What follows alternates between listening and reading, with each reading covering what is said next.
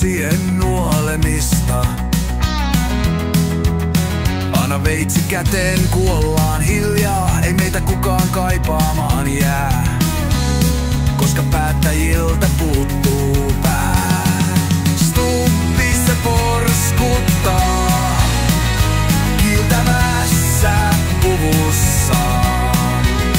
Toivottavasti joku ampuis sen aivot pellolle, vitun hammassirviö.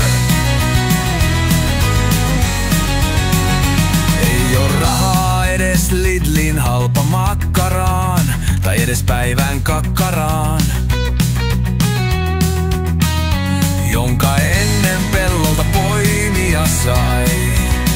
Nykyään verottaja siitäkin hyvästä köyhiä perseeseen